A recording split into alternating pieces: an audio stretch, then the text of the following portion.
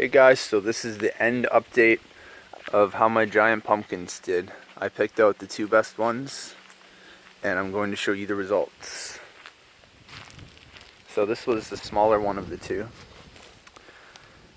Probably turned out around 80-100 pounds. But I mean, dude, like look at that pumpkin. Like that's freaking sweet. Like it's hard to go to the store and buy one that size. Like here's a toonie. Here's a Canadian toonie. Like look at that.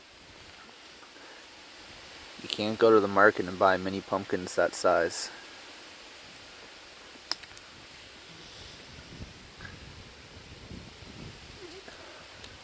The backside where it was growing on the ground, like this is where the main vine was coming to grow the pumpkin.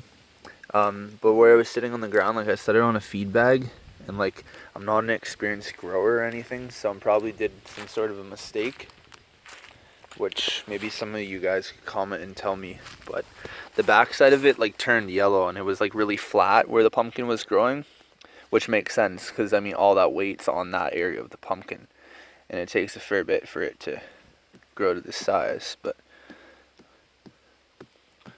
it's still cool. Like it, we might carve it up as a jack-o'-lantern for Halloween, you know, big eyes, big scary mouth, light it all up, it'll look good.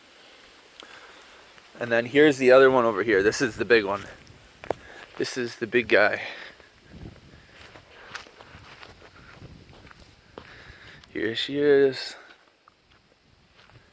This one's probably about 250 pounds. It's massive. There's the toonie test. Look at that. It won't win any contest. It won't be largest pumpkin in Canada or anything, but like, yeah, for not growing pumpkins, giant pumpkins before, that's pretty freaking cool.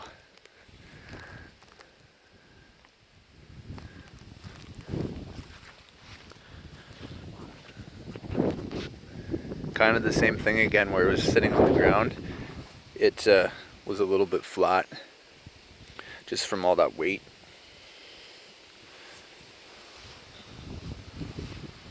There's the back side of it.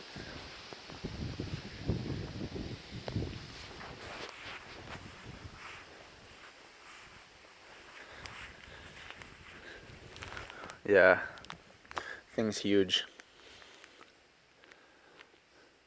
The main vine was on the bottom. You can't see where it was attached. That's where when it was a baby, that's where the flower came out of then. And when the pollen from the male flower came over and pollinated the female flower, then obviously this huge pumpkin, which was the result, this huge pumpkin started growing just from this tiny little ball right behind the flower. It's pretty cool how nature works, and the geometry, and just, you know, pulling in just the amount of right nutrients to grow and everything. It's quite a work of art, just how nature works and knows these things. She's smarter than you think. I'm gonna tip it down to show you the bottom. Yeah, so there's where the main vine was. Look at that. Huge vine coming in the top there.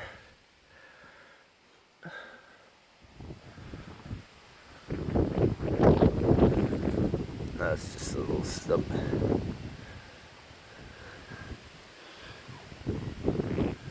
I find this one too on this pumpkin, it grew more flatter. Like some of the other pumpkins, they had more like ridges, like in these areas here.